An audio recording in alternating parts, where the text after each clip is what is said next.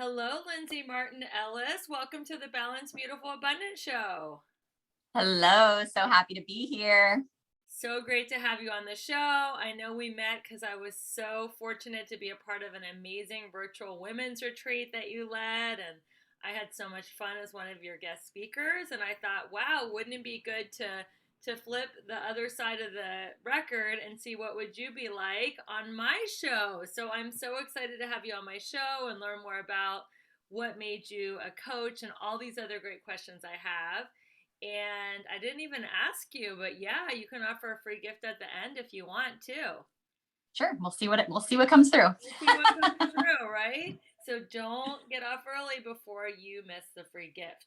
So let me tell you a little bit about my wonderful guest, Lindsay Martin Ellis. She is a transformational and healing coach for women, feminine embodiment, and a human design guide. She is also the executive director with an all natural beauty brand that I happen to love called BeautyCounter. She's devoted to helping women transform from the inside out.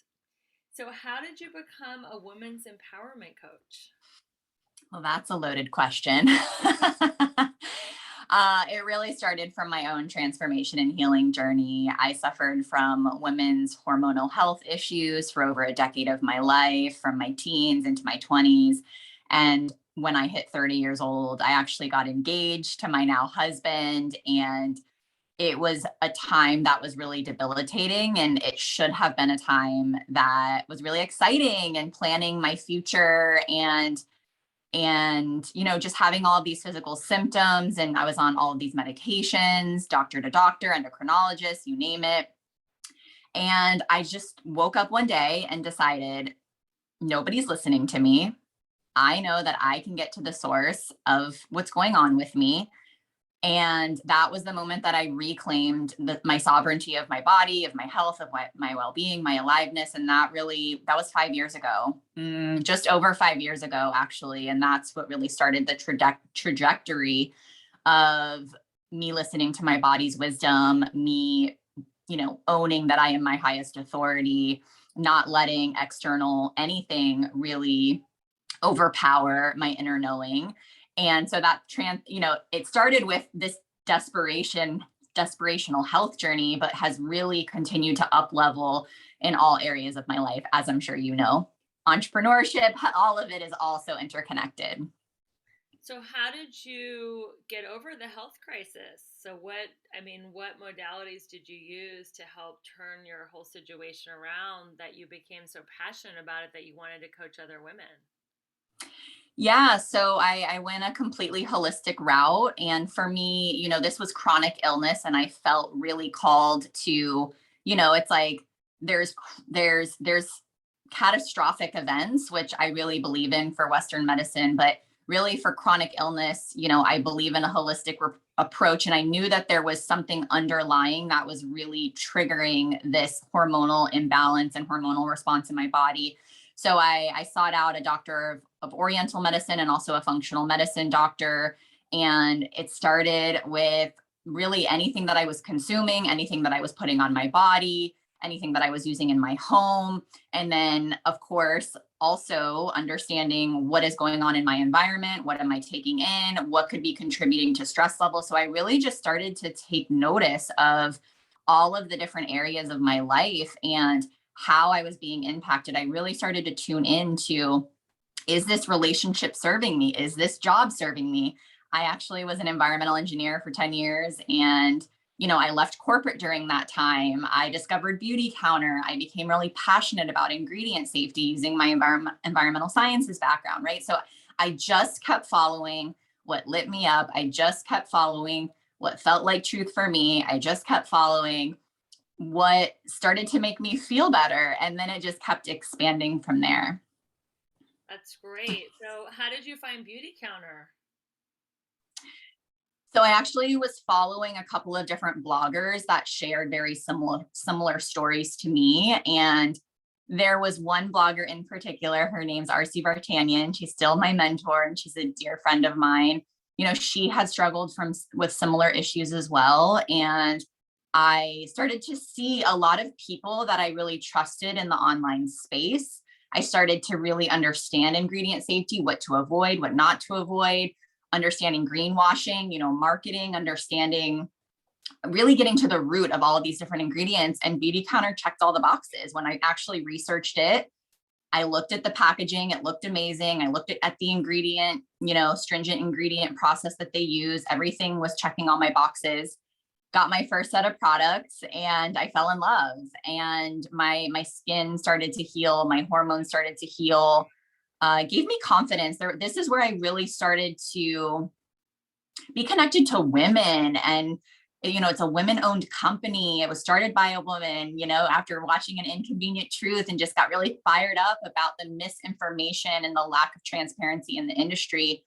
And, I had a story to tell. And so it was powerful for me because I was still healing when I joined the business, and I really let my vision carry me. I really, before all of the physical symptoms went away, I was still, sharing organically and authentically because I was really passionate about the movement and what I had learned. And that was a huge eye opener for me in terms of, you don't have to be there yet. You can still, have success from that. And, people will actually really relate. People relate to vulnerability. People relate to, seeing you in the middle of your process. And that was a huge, huge, huge wake up call for me. Were you looking at being an entrepreneur? Had you ever looked at network marketing before? So how was that? How did you make that transition? It's so fascinating because when I went to college at 17, and I was good in math and science, and I pretty much did what everybody told me to do or recommended. So I, became an environmental engineer. I wanted to be in this male dominated industry, and I was really good at it. And I was really successful. And the company I worked with at the time took really good care of me. And it was really fun. It was fun, but also I worked really long hours and it wasn't fulfilling. It really wasn't fulfilling. And even though I could see myself doing it long term, it just didn't feel right. It felt like there was something missing, and I felt like I wasn't connected to my life purpose. So when this whole thing happened and I understood there was a business opportunity, I'm like, well, let me just try it. I'll join for the discount and see what happens. And then it just started to build and it started to evolve, and I started just having a lot of fun. And don't get me wrong, there was a lot of trials and tribulations. You hear a lot of no's. There are some judgments that pass through. So it was a really good opportunity for me to remember, right? Like, this isn't going to be everyone's cup of tea, and other people's opinions have nothing to do with me. And as long as I'm being my authentic self, then it doesn't matter what other people think, because generally the people who were passing judgment were those who were unhappy in their jobs or miserable. So again, that remembrance of reminding myself of the feedback that I'm taking in. So if you could pick, I know they have so many great products, one BeautyCounter product to take with you to a deserted island or to take with you on a vacation, what would it be? Well, if I wanted to take care of my skin, I'd probably say our amazing sunscreen mist, but the overnight resurfacing peel is my favorite skincare product. It is one of our hero products. It's like a serum. It's a gentle exfoliator that you can use at night. It's amazing for, honestly, acne, for wrinkles, for radiance. Like, really, it just helps smooth out the skin. So if you have melasma, hyperpigmentation, anything like that, and it works on all skin types. What is the acid in it? What's doing the peel? It actually has 15 botanically derived acids that are all safe. So it has pretty much all of them at very low concentrations, all of the clean ones, I should say, at very low concentrations.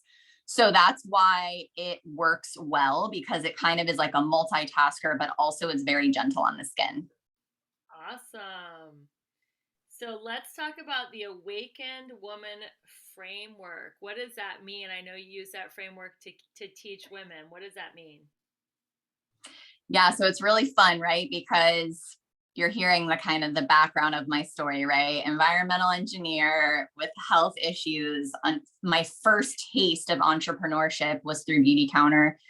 And a couple of years ago, I started getting that same feeling like this is still a company that I stand behind, but there's more.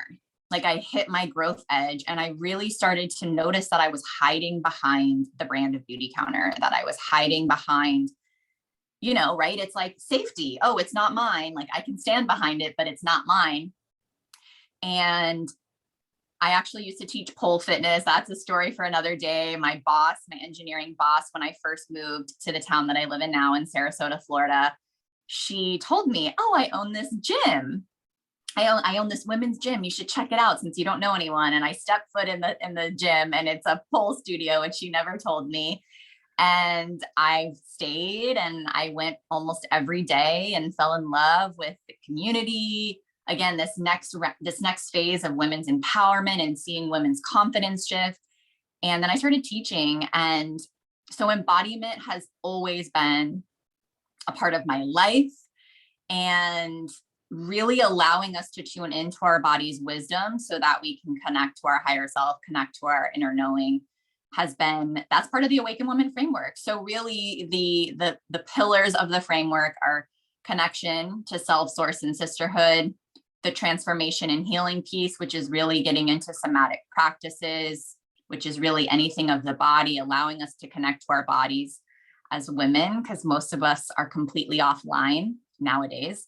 And then the last piece is really that co-creation piece, allowing us to transmute the stuckness and the stuck emotions and energy that live inside of us to be able to operate from that frequency of abundance, those expanded frequencies that allow things to just be easier and to allow things to come into our field with a lot more ease and flow, ditching the self-sabotage and the overworking and the compulsive behaviors and all of those things. So that is really where my heart and soul lives, is empowering women to reconnect to themselves through the body, heal their relationship with themselves through the body, so that they can access that fullest expression of their authentic self. Let's go back to the stripper pole gym. I got a funny story to tell you, Lindsay. So I just moved to LA and I went to my first party. It was in the Valley, and all these women were like dancing on a stripper pole, and I'm like, I'm born and raised in Cincinnati. I'm like, what is it? What's happening in LA? Why are all these women like? Why do they think it's fun to like play on the stripper pole? So let me ask you a really interesting question. This is about feminism. So women can be, dancing on a stripper pole, and they can be objectified and dehumanized as, okay, I'm just a sex object and it's sexy to like dance around this pole, which is obviously a phallic symbol. Or how do women shift from being objectified doing pole dancing to empowered and owning their femininity and getting in touch with their body? Like how can you go from objectified to empowered using the pole dancing? That's the question. Yeah. Oh my gosh, I love this question. I'm so glad you went back there. There was something that just came into my field and then it left for a second. Well, really, our creative center, so our power is directly connected to our eroticism and to our sexuality and to our sensuality.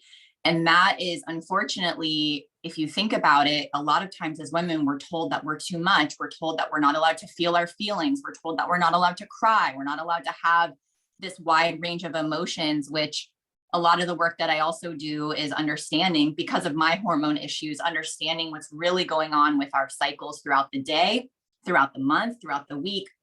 Our male counterparts, their hormone cycle every 24 hours. Ours generally cycle every 28 days. So we're not meant to feel the same way every day. We're not meant to do the same tasks every day.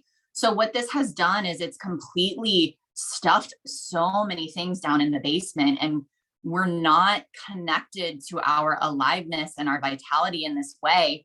And so to me, it's just about our relationship to it, right? It's about our relationship to, it's about the feeling, right? To me, I don't dance for anybody else but myself. I'm doing this for me. And I think when we're doing it to prove ourselves, and when we're doing it for someone else, of course, it's different if you want to do something for your husband or something like that. Like my husband loves that I'm doing all of this, but it's because I'm more confident in myself. He notices my shift in my energy.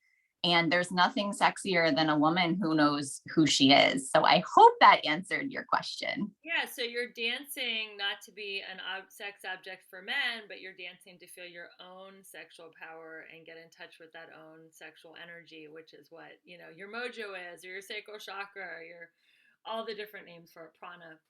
So that's great. And then let's go back to what you said about ease and grace. So it is the Mhm. holidays, we're officially, I don't know when you listen to this. This podcast is evergreen. So, but we are recording it during the holidays.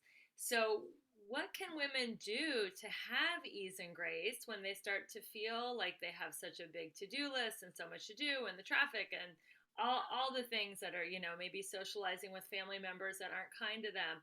What can women do to remain calm and have flow and ease during this hectic time of the year?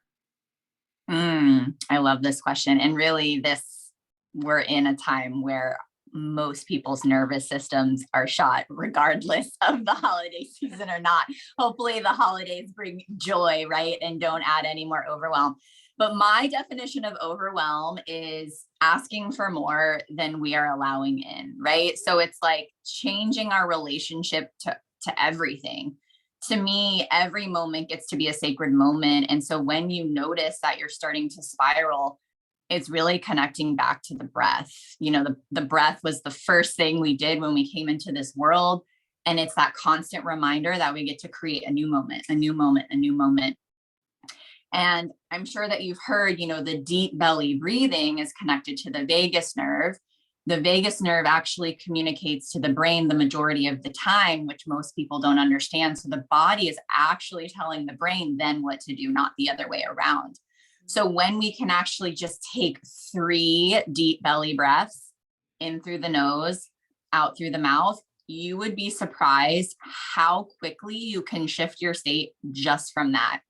If you want to take it up a notch, put on one of your favorite songs and just dance it out.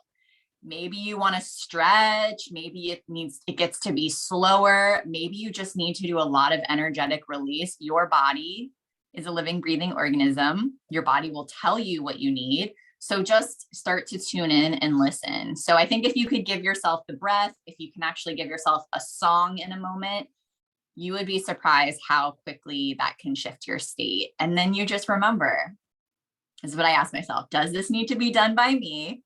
Does this need to be done at right now? Does this need to be done at all? And then half the time we're doing something that isn't even really serving us. It's not a priority. And that's how we get in those tailspins a lot of the time. I'm going to repeat that. Okay, guys, the 3D. Does this need to be done by me? What's the next one? Does this need to be done right now? Does this need to be done right now? And does this need to be done at all? Very nice. I love that. So let's talk about human design. What is human design? I know it's really trendy right now. So just in a It's so trendy. yeah. It's so fun how all of a sudden I'm like, oh, everybody wants human design right now, which is really fun. So it's essentially, it's a tool that allows us to, it has ancient wisdom. It has, it's basically this bridge between ancient modalities and neuroscience and quantum physics. It has the Chinese I Ching, Eastern and Western astrology. And I always just say it's not the way, it's a tool, right? We all have different tools, but I love it because it's based on the planetary alignment. So I don't always tell people that. So if you're listening to this and you don't necessarily believe in astrology, anytime that I've done a reading for someone, basically you'll input the time, the date, and the location of where you were born. And it creates what's called your energetic blueprint or a body graph. And it really provides so much relief. I've never done a reading for someone who's been like, this isn't me. It's generally provided so much relief. And the best way I can explain it is your soul when you came into this world before society got its hands on you. So it just provides this solace for people of like, oh, okay, this is why I'm this way, or this is why I feel this way. There's nothing wrong with me. This is like, or this is, why this pulls at my heartstrings. And if you notice in the body graph, it's also very synchronistic with the chakras because, it also has the chakra system in there as well. but it's all about energy and energetic centers. And to me, it's this ability to allow the body to lead. It's more opportunities to understand what's happening in our body energetically. And again, how to work with our bodies instead of against it, based on how we are meant to really operate in this world. And so it's just a fun thing to try on. But I assure you, most people are like, oh, this feels so good. That's how it was for me when I first was introduced to human design. And a really funny story, I was gifted by my mentor in BeautyCounter a human design reading. And then it just kept coming into my field. Like I was the first time I had heard of it, and I kept following the signs. Then I became certified, really, because when I love something, I become an avid researcher and I just geek out on it. And then people wanted readings. It was a very organic, it was very organic. And that is actually part of my type, is to really respond to what life is giving me. And I think that's part of the surrender piece. That's part of the allowance piece. That's part of working with our energy, because when we're in resistance, that's really depleting. Mm-hmm. So I hope that helps clarify a bit. No, I'm excited. I'm gonna take you up on your offer to do human design. I mean, Perfect. First it was like things come into trends. It was astrology and numerology, and then the Enneagram, and now it's everywhere I hear online is human design. So I'm excited to double click on it. I got that from Paris. I love that. Double click. Cha-ching. Well, what's great too is there's a lot of overlap. Like I'm in the emotional triad in human design, and I'm an emotional authority in human design. So again, for those who like to access these tools, it's just another layer of deepening. And human design is a lot of information, and it can be a lot in the head. So I do embody, my love is embodiment work. So you're going to be in for a treat. I don't know anyone else that does this, but I actually will select songs based on your energetic blueprint, and I help you integrate and synthesize it with music and vibration, so that you're not up here trying to figure it out. You're just allowing your body, to take in the new information on a cellular level. Nice. Well, I'm getting married next month, so maybe I can put one of those songs on my wedding playlist. So there you go. That would be fun. Walking out or walking down the aisle to my human design song. I would be so honored if that actually happened. So I'll take the pressure off myself a little bit. Yeah, definitely. So I know you are a coach now and a human design reader, and you also have a successful network marketing business. I don't know if you have any other income streams. Does your husband count as an income stream? I think so. No, I'm just kidding. What is the advantage to you of having multiple income streams versus just one job? Yeah, well, it's more of the evolution of the overarching, like, to me, it's like, I am my brand, and, it's like the umbrella of Lindsay Martin Ellis, the umbrella of the awakened woman. To me, this is about accessing our power and our sovereignty and our full potential. And so, with BeautyCounter, for example, it's still so important. I mean, our vessel, right? Like, this is the temple of our soul, is what I believe. And this is, it's like, this is the gate, the body is the gateway to our soul. And so I kind of just follow things that feel in alignment, right? So, I have my overarching program, the Awakened Woman Circle, but BeautyCounter, right? It's still a huge part of my life, and it's still so important to me. I still love being a part of the mission, right? So it's like, I'm simplifying it, but then when I feel the call, it's like, I always think of a symphony. I think of harmony, right? It's not like I'm overworking and I have all of these pillars that are working all at the same time. Sometimes I feel more passionate about, a certain track, and I'll go all in, and I'll do my thing. And then it becomes easier and easier, and it becomes passive, and I already have things set up. So my BeautyCounter business, is a passive revenue stream for me now. I've been nurturing it for the last 5 years. Human design is kind of a fun thing. It's usually introductory. Sometimes I'm thinking about doing something for Black Friday, because I can tell people are wanting it. It's not something I do all the time because my schedule doesn't allow. So again, I'm listening to my body. I'm not just like, oh, I need this. Like, people are asking for it, so I'm just going to stack my calendar.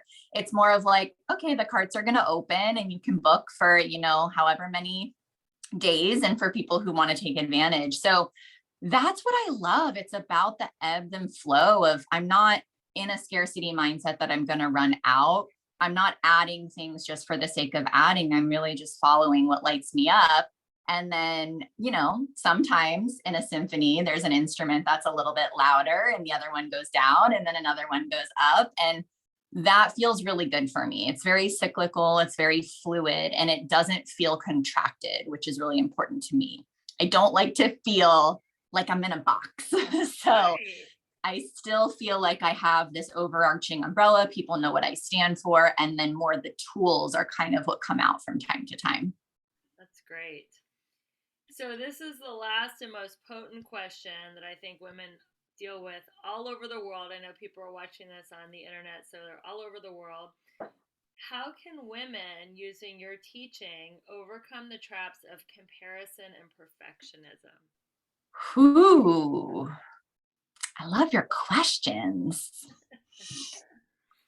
You know, when we connect to our bodies and our breath, it is the truth of the present moment. And when we're in presence, we're not thinking about the future. We're not worried about the future. We're not worried about what we're doing or who this person's like, this person on social media and comparison and all of the things.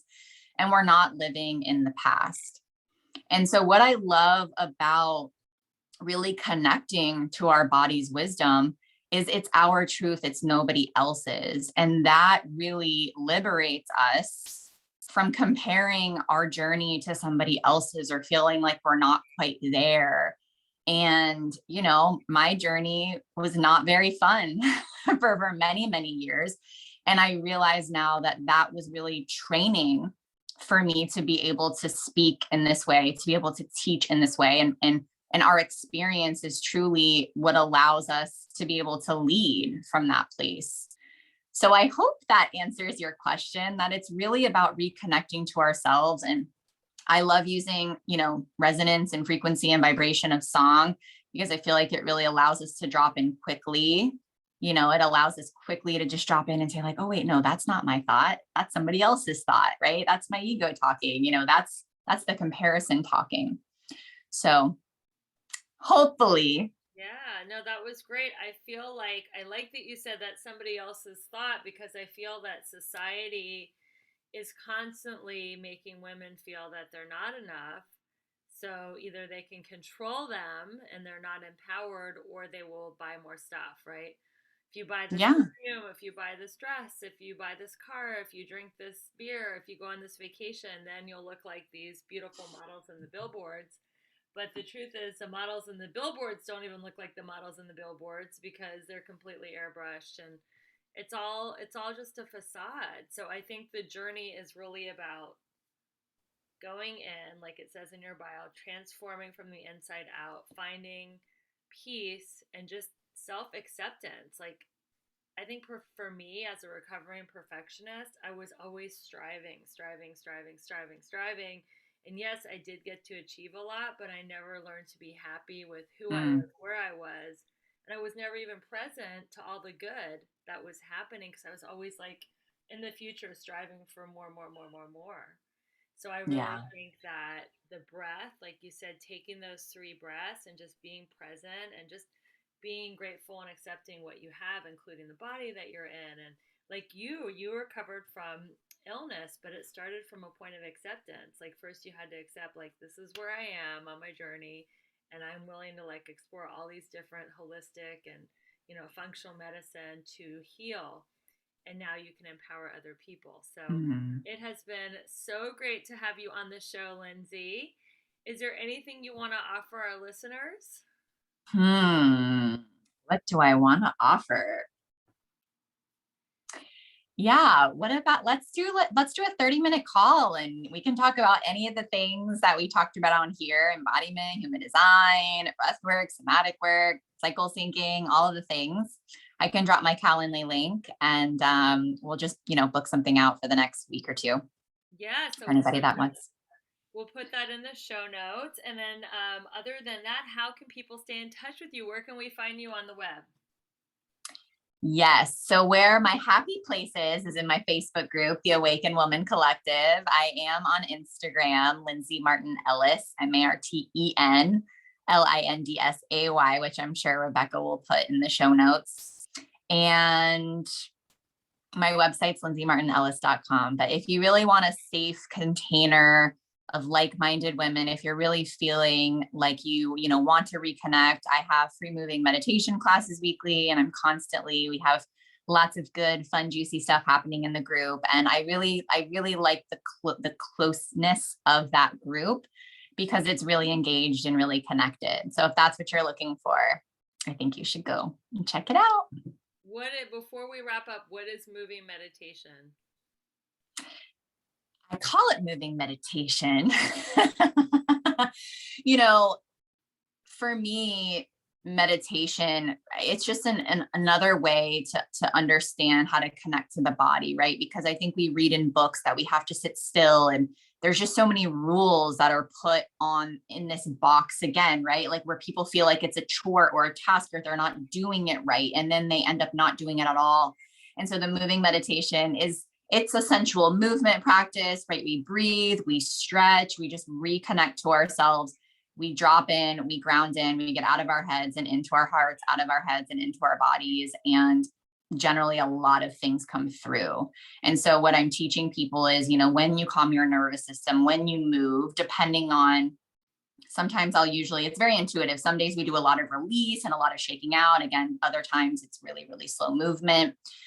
Creating pleasure, touch, right? Like hugging ourselves, self-massage, right? So all of that to me is comprised of the moving meditation. My phone was dying. I don't know. Did it cut out my screen? This is live. So, if you're feeling like stillness isn't working for you, if you feel like, oh, I just don't know how to do this, this is an approach that's very dynamic, where it's very fluid and you can really feel into what your body viscerally responds to, right? Because everything goes back to the feeling. And so if you're creating resistance for yourself in the stillness of meditation, I would recommend trying this. Generally, I'll start in moving meditation and then I go into stillness, because that's the way that I'm able to drop my body in the quickest way. I love that, because I meet so many people who are like, oh, I tried meditation, I just can't sit still, it's just not me. So I love that you start people moving and then bring them into the stillness, kind of like a yoga class where you start moving and then you're so tired Yeah. that you're like, yeah, shavasana. So awesome. Yeah. Well, But this is what I love about this, though, is it's very much what you desire, right? Like there's no choreography. I'm not telling people what to do, right? We'll have a song and then it's like, I provide guidance, but really it's like, what do you need? And I think that's the most important thing. People want someone to show them what to do, or they think somebody else needs to tell them, but it's really about tuning in and connecting to what we individually need. So come check it out. It's Thursdays, 9 a.m. PST, 12 Eastern. Yeah, so you give people the liberty and the platform to get in touch with their own body and do what feels good to them. So that's beautiful. Well, Lindsay, it was so great to get to know you more. Thank you so much for being on the show. If you got something out of this, tag a friend, screenshot this, go ahead and put it in your story, tag at Rebecca E. Whitman. What's your name on Instagram? Lindsay Martin Ellis. Lindsay Martin Ellis. Tag us, we'll reshare it, we'll give you a shout out. Thank you so much for a 5-star review. That means the world to me. If you could give us a 5-star review, that gives me the fuel to bring more great speakers and content to you like Lindsay Martin Ellis. So thank you so much if you take the 90 seconds to write a 5-star review on iTunes. And we just got approved on Amazon Music. So we're on all major platforms now: Amazon, Pandora, Spotify, you name it, every single platform where they have podcasts, we're there, thanks to our wonderful listeners and all your support. So thank you so much. Thanks again for being on the show, Lindsay. I can't wait to meet with you and talk more about my human design. And I will talk to you really soon. Bye, everyone. Thank you. Bye. You're welcome. Bye.